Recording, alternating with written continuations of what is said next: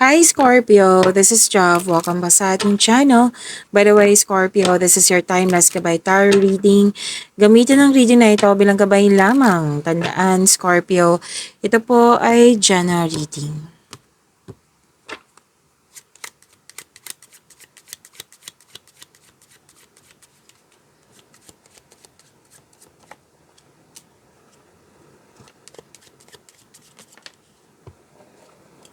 Scorpio, you're about to be surprised. Maso-surprise kayo kung kailan nyo ito mo napanood. Timeless reading po ito, Scorpio. May ano dito Anong tawag nito? May findings, may recognition, may nagbigay ng compliment, kinikilala ka. Oo, may ginagawa ka dito na minimal effort pero bonggang-bongga yung resulta. So, nagkaroon siya ng great outcome. Oh, ang ganda naman, Scorpio. Pwede din na worried ka sa isang situation or condition. Pero, yun, at the end of the day, good news yung matatanggap mo. It will turn into great. Yan. At, yes, unexpected success po ito. So, di ba, ma-surprise ka. Yan.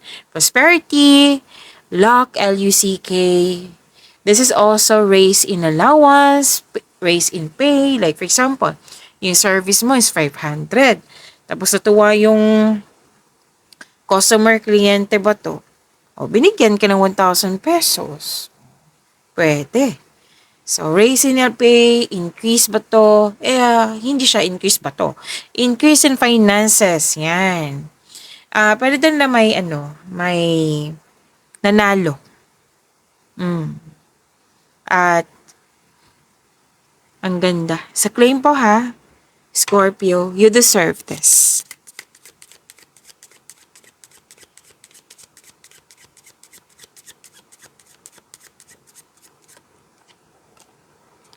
Okay. Ang sabi dito, may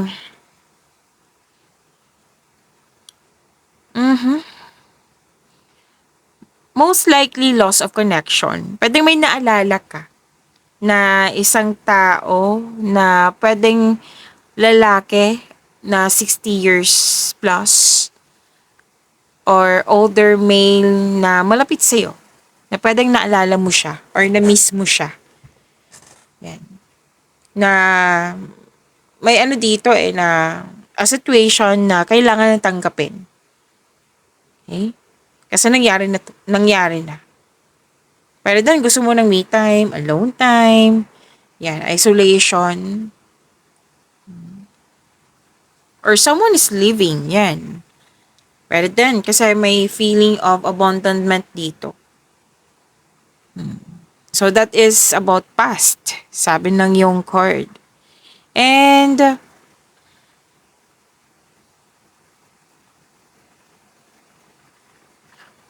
this is dalawang card kasi nagsabi dito na may good fortune, magandang kapalaran po. This is victory, mahigit pa sa success, claim po. Satisfaction guaranteed. Pwede din may nabenta kayo or umincrease yung sales. May milagro magaganap. So, sabi ng card, give praise for all your abundance. Your dreams come true. This is good luck, success through good fortune.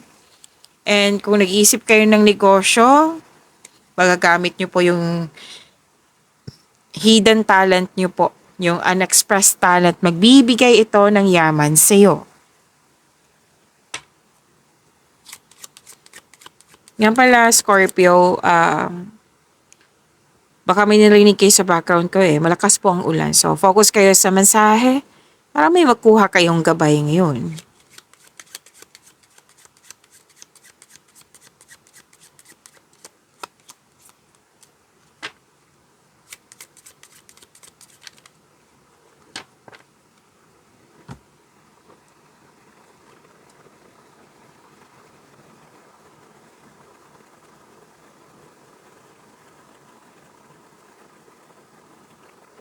May nakita akong frustration dito, Scorpio.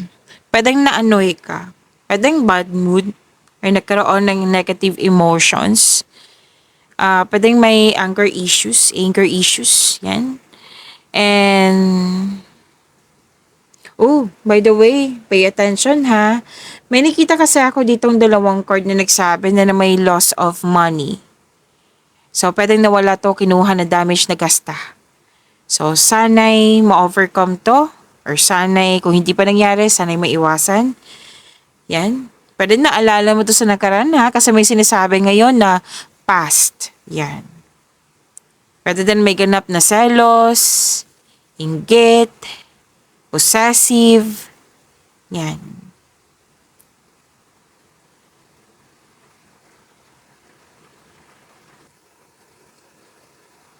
May nakita rin ako dito ang social event. Reception, wedding, baby shower, celebration po, any kind of celebration. Scorpio. Na may celebration dito na kailangan lumabas. Yan. May joy, fulfillment, may nag-cheer, may party, nagkaroon ng recovery. Wow, dalawang card mismo nagsabi dito ha na may nanalo. Scorpio. Nanalo, pwede din may natapos. Natapos na gawain, project ba to?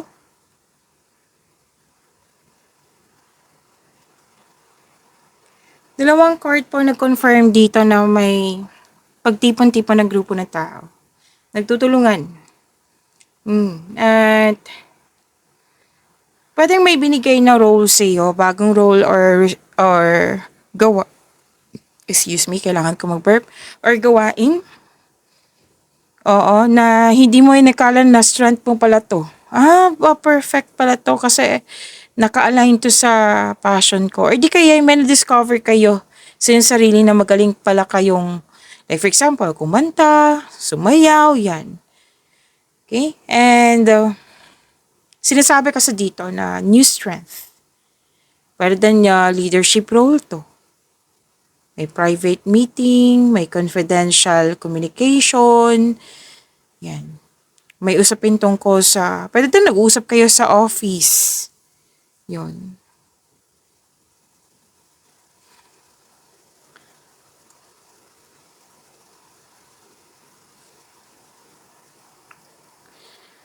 Okay, sa mga not in the mood, sa mga nabibigatan, sa mga nabibigatan or pwedeng illness to, or burnout, burden, huwag kayong mag-alala kasi recovery ang sinasabi dito. And may ano dito eh. Pwede may nag-invite sa'yo. Punta ka sa sa Friday, mag-gimmick tayo. Like may inaalibay ka. Like, na ayaw mong pumunta or ayaw mong harapin yung tao. Yan. So kung depression to, ask help ha. Seek for help. Like, tulungan niyo po yung sarili mo. Kasi if you ask help sa ibang tao, tinutulungan mo din yung sarili mo. So kung depression to, ang hilap kasi nito. Kailangan mo tulungan yung sarili mo. Ask for help. May mga hotline dyan, di ba? Hotline. Pero dan hindi ko to, pwedeng ibang tao na nakikita mo na depressed siya. Na may problema siya.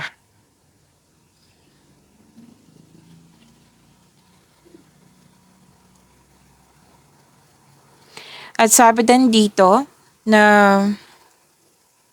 may nangyaring hindi pabor sa'yo na na-disappoint ka. Pero don't you worry. Dalawang card na po pala nagsabi dito regarding sa depression.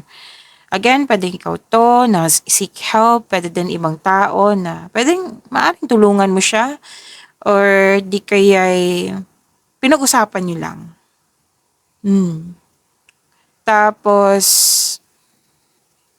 pwedeng may hinihintay ka na kailangan hintayin. Kasi sinabi naman ng card dito na temporary lang ito. Babalik ko. Hindi naman hindi ko minimin na babalik ha. Pero kusang nabigkas lang. May babalik. Yan. Babalik din yan. Yan.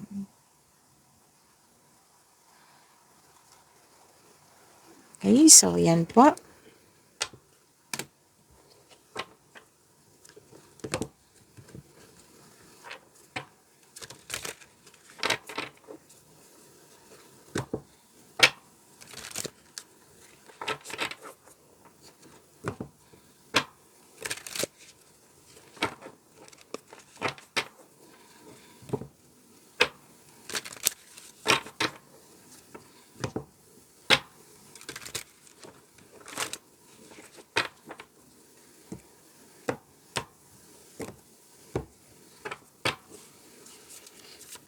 Energy, Scorpio.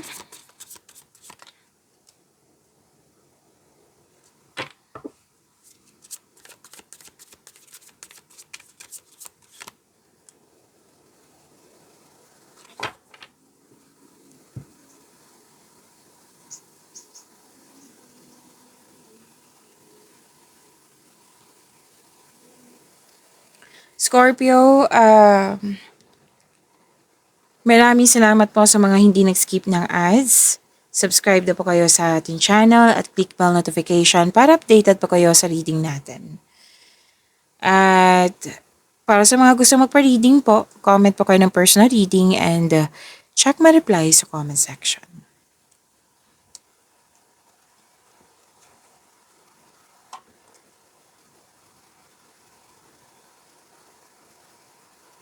Growth and expansion. Ang ganda nito. Makikita mo na ang mga bunga na iyong pagsisikap, ngunit maging mapagmasid po.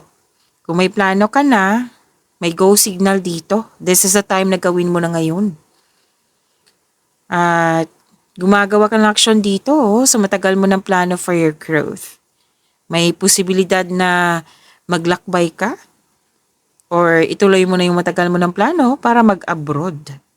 Pero then ano to, importanteng lakad.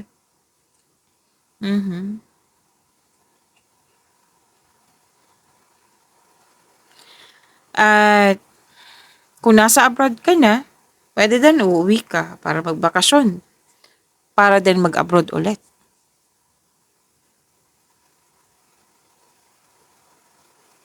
So may magaganap na collaboration. May business travel din.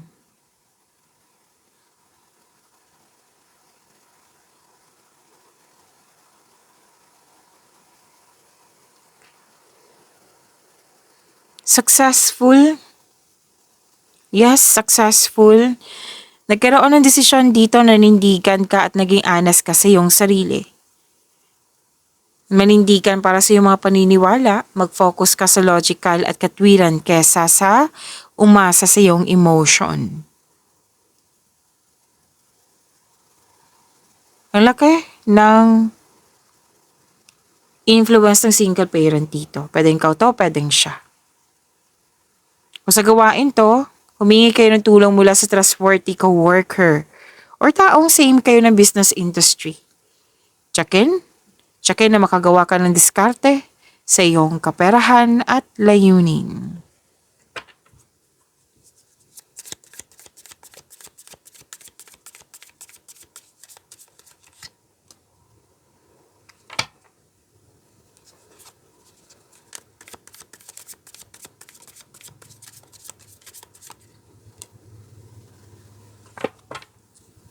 Career and money. Wow, Scorpio, yayaman ka, sabi ng card dito. Kasi, nag-iipon ka ng pera dito, nagbigay ka halang halaga, ingat na ingat kasi naipon mo. At dito ay magbibigay ito ng yaman sa iyo. So, ipagpatuloy niyo po. Pwede na nag-decide ka, hindi lang sa pag-iipon to para sa future, kundi may specific goal. Yan. Nakikita ko dito ang ilan sa inyo nagtrabaho sa malayong lugar, pwedeng abroad, yung sinabi kanina dito sa energy. Pwede din po na yung employer mo nasa malayong lugar or sa abroad. Or pwede din pong yung nag-support sa iyo is from abroad. Or yung nagpasweldo sa kanya is from abroad. Or sa malayong lugar, hindi lang abroad to ha, pwedeng sa malayong lugar lang. Like, for example, Luzon to Mindanao, Mindanao to Luzon, basta malayong lugar, kung ano man to. Okay? And, yes, ipagpatuloy niyo po kasi nakikita ko talaga yung hard work mo dito at marunong kang humawak ng pera. Yayaman po kayo, Scorpio.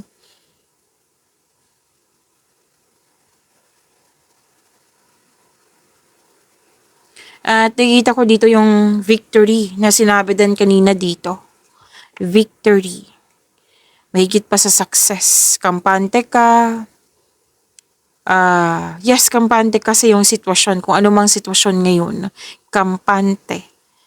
At masusunod yung gusto mo, desisyon, ideas or plano. Nagka-create ka ng rules dyan para magkaroon ng disiplina. Basta more on disiplina to.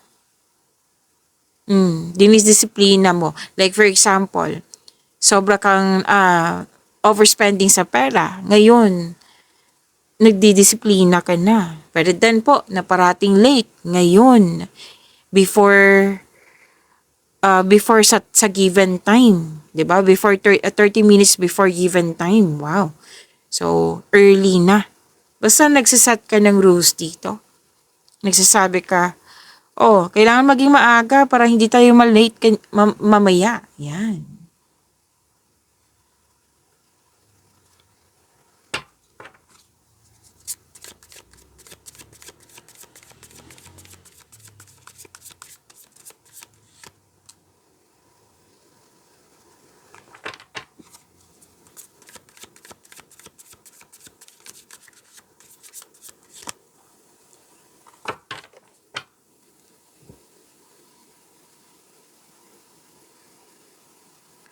Scorpio, huwag niyo kalimutan na mag-subscribe sa channel natin at i-click yung bell notification para updated pa kayo sa reading natin.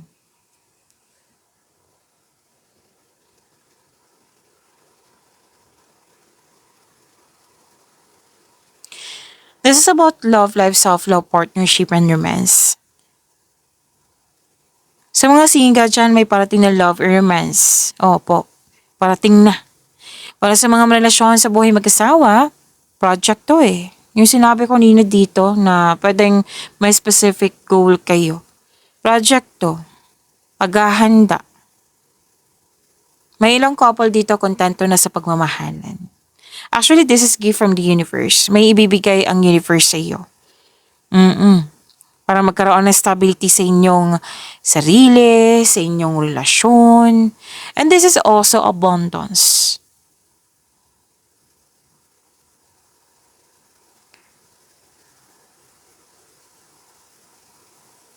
At ang sabi din dito na may ganap na conflict dito. Pwedeng sa sitwasyon to ha, hindi lang po to sa isang tao.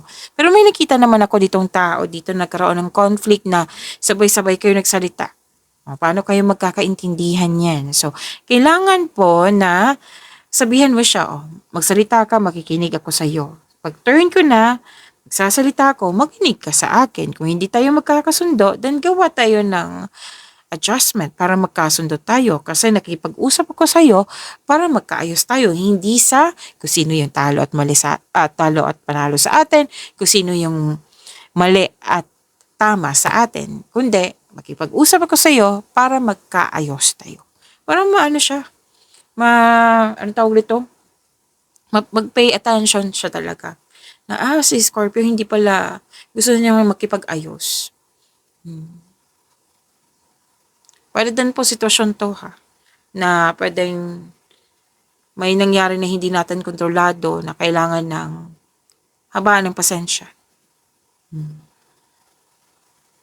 Pero ma-overcome nyo to. Kanina pa to sinasabi ng card mo dito na ma-overcome mo to. Kung ano man tong challenge na ito. Sinabi ka sa dito na anong tawag nito?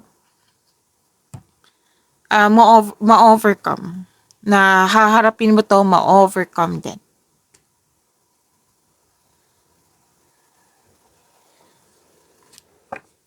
May nagbibigayan na dito, may ligawan, may nagustuhan, most likely nakapasok na sa relasyon, bagong pasok sa relasyon, may nagkabalikan, may nagkaunawaan, may promises.